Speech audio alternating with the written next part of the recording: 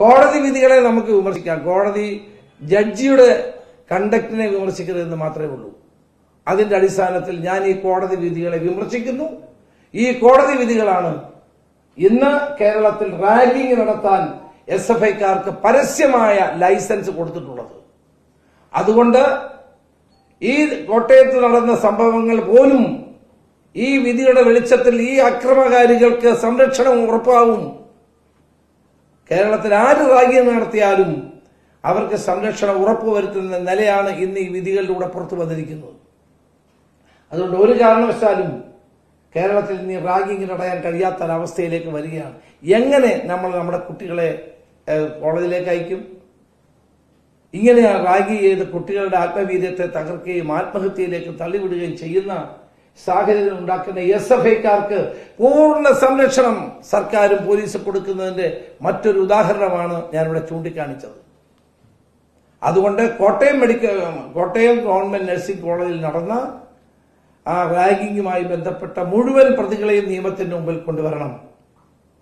ഈ മുഴുവൻ ആളുകളെയും പോലീസ് ബഹുമാനപ്പെട്ട കോടതിയുടെ നിരീക്ഷണത്തിന് കീഴിലായിരിക്കണം അവരുടെ അന്വേഷണം നടക്കേണ്ടത്. ഇത്തരം കോടതി വിധികൾ വന്നാൽ നാളെ ആർക്കും ആരെയും റാഗി ചെയ്യാൻ കഴിയുന്ന തരത്തിലേക്ക് പ്രതികൾ എത്തും എന്നുള്ളതാണ് ഏറ്റവും പ്രധാനപ്പെട്ട കാര്യം. അതുകൊണ്ട് നാളെ സിദ്ധാർത്ഥന്റെ 1ാം വാർഷികമായതുകൊണ്ടാണ് ഞാൻ ഇവിടെ വെച്ച ഈ മൂന്ന് വസ്തുതകൾ നിങ്ങളുടെ മുമ്പിൽ പറയുന്നത്. ആന്റി റാഗിംഗ് സ്ക്വാഡിന്റെ റിപ്പോർട്ട്, 2 CBIയുടെ റിപ്പോർട്ട്, 3 2 വിധിന്യായങ്ങൾ. ഇത് നിങ്ങൾ പത്രലേഖകർ ലോകത്തെ അറിയിക്കണം. ഇതാണ് നമ്മുടെ നാട്ടിൽ നടന്നത്. ഈ പ്രതികൾക്ക് മുഴുവൻ, SFIക്കാർക്ക് മുഴുവൻ ഇന്ന് പൂർണ്ണ സ്വതന്ത്രരായി നാട്ടിൽ നടക്കാവുന്ന ഒരവസ്ഥ ഉണ്ടാകുന്നു. സിദ്ധാർത്ഥന്റെ മാതാവും പിതാവും ഇന്ന് എന്നോട് കണ്ണുനീരോടെ പറഞ്ഞ കാര്യമാണ്. അതാണ് എനിക്ക് നിങ്ങളിലൂടെ ഈ സമൂഹത്തെ അറിയിക്കാനുള്ളത്.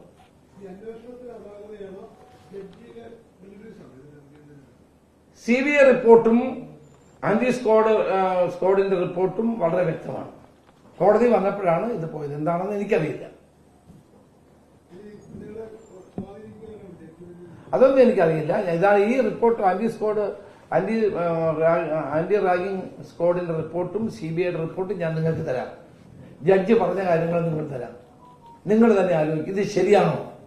ഡിവിഷൻ ബെഞ്ച് പോയില്ലായിരുന്നെങ്കിൽ മണ്ണുത്തി കോളേജിൽ ഈ കുട്ടികൾ പഠിക്കുമായിരുന്നു. ഈ ഗുണ്ടകൾ, സംസ്ഥാനത്തെ ഒരു മന്ത്രി വാസവൻ പറഞ്ഞു ഇതിനകത്ത് SFIക്കാരില്ലെന്ന്. തെളിവുകൾ സഹിതം ആളുകൾ പറയുന്നു ഇത് നേതൃത്വം കൊടുത്തൊരു വിദ്യാർത്ഥി, ഞാൻ പേര് പറയുന്നില്ല, SFIയുടെ നേതാവാണെന്ന്. ഒരു മന്ത്രി സംരക്ഷിക്കാൻ വേണ്ടി ഇറങ്ങിയപ്പോൾ ഇനി എന്ത് അന്വേഷണമാണ് പോലീസ് നടത്താൻ പോകുന്നത്? ഈ ജില്ലയിൽ നിന്നുള്ള ഒരു മന്ത്രി തന്നെ ആ പ്രതികളെ സംരക്ഷിക്കുന്ന രീതിയിൽ പ്രസ്താവന കൊടുത്താൽ പിന്നെ എന്ത് അന്വേഷണമാണ് പോലീസ് നടത്തുന്നത്?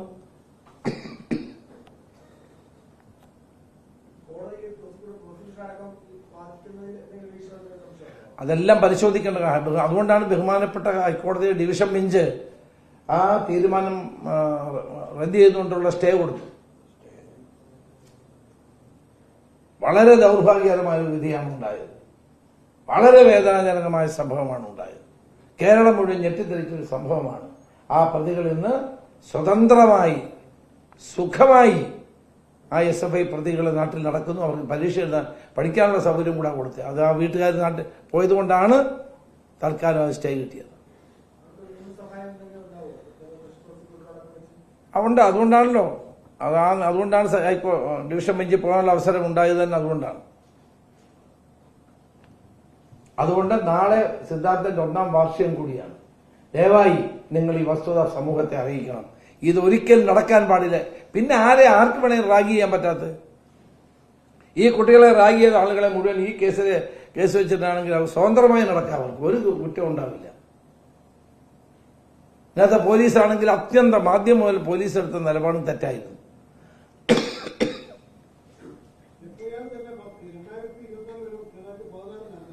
അതെ, ഇപ്പോൾ ഇവിടെ വന്ന് 2000 ഇവിടെ ആദ്യം തന്നെ FIR തന്നെ ഇനി തിരുത്തേണ്ട സമയം വന്നിരിക്കുന്നു.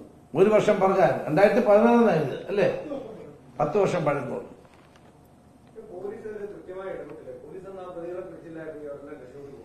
അല്ല, ഈ ഹൈക്കോടതി വിധിയുടെ അടിസ്ഥാനത്തിൽ ഒരു പ്രതിയും രക്ഷിക്കപ്പെടത്തില്ല. അതാണ് എന്റെ പോയിന്റ്. കർശനമായ നിയമം ഉണ്ടാകണം. നമ്മുടെ കുട്ടികളെ നമ്മൾ എന്ത് വിശ്വസിച്ചാണ് ഇതുപോലുള്ള സ്ഥാപനങ്ങളിലേക്ക് അയക്കേണ്ടത്? പിന്നെ അവിടുത്തെ ഉദ്യോഗസ്ഥർ 10-26 കുട്ടികളെ ഉള്ളതെന്നാണ് പറയുന്നത് അല്ലേ? അവിടുത്തെ പ്രിൻസിപ്പൽ ഉത്തരവാദിത്വമല്ലേ? അവിടെയുള്ള വൈസ് പ്രിൻസിപ്പൽ ഉത്തരവാദിത്വമല്ലേ? വാർഡൻ ഉത്തരവാദിത്വം? ഇവരൊക്കെ എന്താണ് ചെയ്യുന്നത്? 3 മാസമായിട്ട് ഈ കുട്ടികളെ റാഗ് ചെയ്യുമ്പോൾ ഇതൊന്നും നോക്കാതെ കാണാതിരിക്കുന്ന ഇവരെന്ത് ഡ്യൂട്ടിയാണ് ചെയ്യുന്നത്? കുട്ടികളുടെ കരച്ചിൽ കേൾക്കാതിരിക്കാൻ പാട്ടിട്ട്, വലിയ ഒച്ചത്തിൽ പാട്ടിട്ട് പോവുകയാണെന്നാണ് അവിടെ നിന്ന് വിദ്യാർത്ഥികൾ പറഞ്ഞത്. അപ്പൊ ഇതെല്ലാം ഞാൻ പറഞ്ഞത് ഈ 2 ഹൈക്കോടതി വിധികൾ നാട്ടിൽ ആരെയും റാഗ് ചെയ്യാൻ ഉള്ള പ്രേരണ നൽകുന്നു എന്നുള്ള ഗൗരവതരമായ ആരോപണമാണ് ഞാൻ ഉന്നയിക്കുന്നത്.